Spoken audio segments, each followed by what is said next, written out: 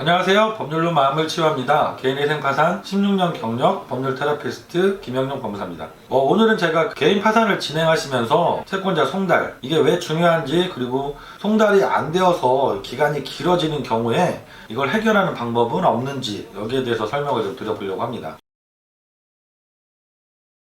먼저 송달이 왜 중요한지를 말씀을 드려볼게요. 우리가 개인 파산을 진행하실 때 어린분들께서 처음 상담 오시면 제일 궁금해하시는 것 중에 한 가지가, 법무사님 시간이 얼마나 걸리나요? 면책까지. 이거 많이 물어보시거든요. 왜냐하면 면책을 받으셔야 내가 정상적인 경제활동도 가능하고 통장 쓰는 것도 안심하고 쓸 수 있고 여러 가지 면들이 좋기 때문에 빨리 면책을 받으시고 직장도 좀 정상적인 직장을 구하고 활동을 하고 싶으신 거죠. 그런데 우리가 면책을 받기 위해서 기간이 길어지는 경우가 있어요. 일반적인 사건과 다르게 시간이 남들보다 몇 달 이상 길어지는 사건들이 있습니다. 대표적인 게 두 가지라고 보시면 돼요. 첫 번째는 내가 부동산이나 자동차 같은 재산이 있어서 이거를 청산해야만 되는 경우, 그리고 두 번째는 채권자한테 서류가 송달이 안 되어서 절차가 길어지는 경우, 두 가지가 있습니다. 그 중에서 이게 두 번째 경우, 이게 오히려 답답할 수가 있어요. 첫 번째, 재산 정리는 파산 관제인들이 알아서 진행을 해주시니까 사실은 채무자분은 신경 쓸 게 거의 없습니다. 그냥 기다리시면 돼요. 저 재산은 내 재산이 아니다. 법원에서 정리를 잘 하셔서 채권자들 배당만 끝나면 나는 면책을 받는다. 그냥 편하게 기다리시면 되는데, 두 번째 경우 채권자 한 명이라도 송달이 안 돼서 절차가 진행이 안 되고 멈춰 있는 경우, 이때는 정말 답답해들 하세요. 법원에 우리가 송달이 안 되면 여러 가지 방법을 취해야 됩니다. 그분 주소가 정확하지 않다고 하면 주민등록 초본을 발급할 수 있도록 보정을 요청해서 동사무소 가셔서 초본도 발급을 해야 되고, 발급된 초봉산 주소로 또 송달을 보내봐야 되고, 그래도 안 받으신다 그러면 주말에도 특별 송달을 보내봐야 되고 야간에도 특별 송달을 보내봐야 되고, 이렇게 여러 차례 송달을 보내야 되거든요. 그런데 이렇게 여러 차례 받지 않아도 송달이 계속 안 돼서 집행기일이 한 번에 못 끝나고 두 번, 세 번 연기가 되시면 이제 채무자분들은 엄청 불안하신 거예요. 이미 파산관제인 조사는 끝났고 재산 정리하실 분은 재산 정리도 끝났는데 이 간단할 수 있는 채권자 송달이 안 돼서 내가 면책 결정을 못 받고 있다. 그럼 안전부전하시는 거죠. 근데 법원에서는 반대로 생각하면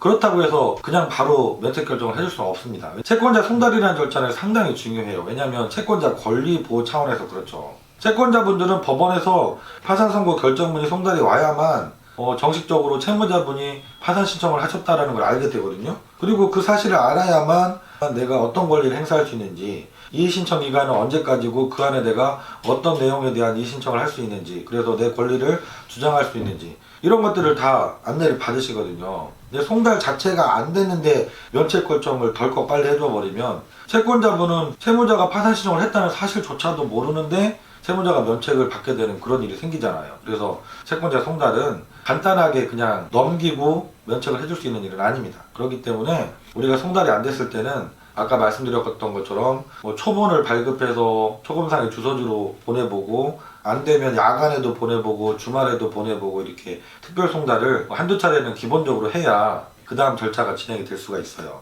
근데 이렇게 여러 번 송달을 했는데도 안 받을 경우에 그럼 또 채무자가 마냥 기다리도록 면책 결정을 늦출 것이냐, 그건 또 채무자한테 너무 가혹하죠. 그래서 이런 경우에 사용할 수 있는 제도가 있습니다. 그래서 오늘은 그 제도를 좀 설명드리려고 하는데, 화면을 좀 보여드릴게요. 설명드린 그 제도가 이렇습니다. 제목은 송달되지 않는 채권자에 대한 공고가름 신청입니다. 간단하게 말하면 공고가름 신청이라고 해요. 이게 뭐냐면 우리가 민사 절차에서 공시송달이라는 제도가 있습니다. 이것도 마찬가지로 채권자 송달이 계속 안 될 경우에 법원 결정으로 법원 게시판에 붙여놓고 2주가 지나면 송달이 된 걸로 가름해버리는 제도예요. 그거하고 마찬가지라고 생각을 하시면 돼요. 이렇게 여러 차례 송달을 보냈는데도 채권자가 고의적으로 안 받는다던가 받을 수 없는 상황이라는 게 확인이 되면 송달을 받은 거를 가름하도록 신청을 받아주고 있는 것이죠. 내용을 보시면 간단합니다.